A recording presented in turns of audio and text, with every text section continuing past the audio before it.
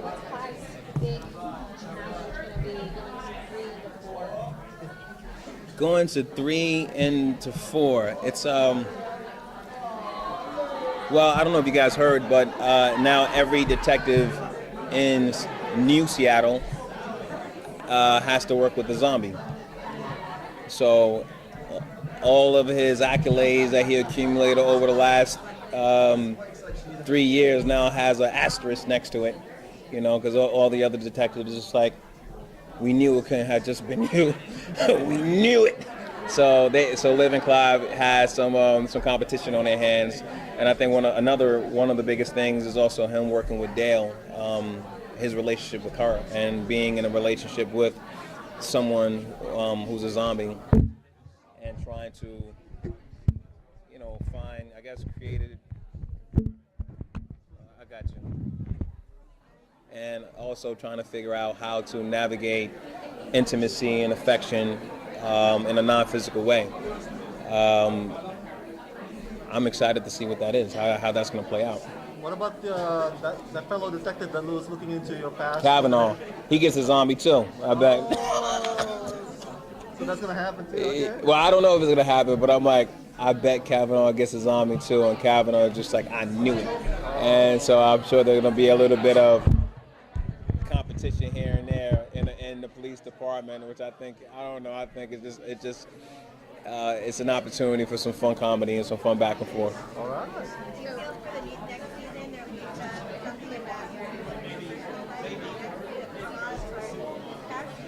Yeah. Yeah. Yeah.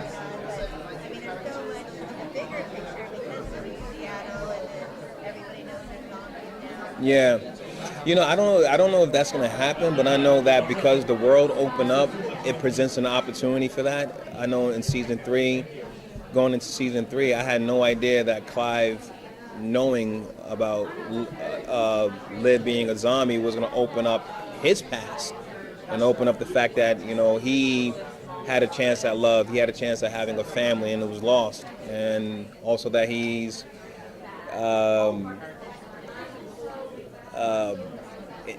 in some Dungeons and Dragons, you know, he found himself into that, you know. Clive is a big nerd, you know, and into the Flash, you know, and so there was a lot of information that came out about his past as the world opened up. So I wouldn't be surprised if, and now the world really opens up with New Seattle, with the wall, with the refugees coming in, and humans versus zombies, just in a real way.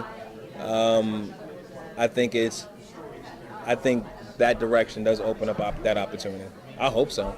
So how does the new dynamic in New Seattle, how does that affect the procedural aspect of the show? Will there still be the murders solved every week? Yeah, there's still a brain of the week. There's still Liv and Clive is still solving murders, but I think it's in a more hostile environment.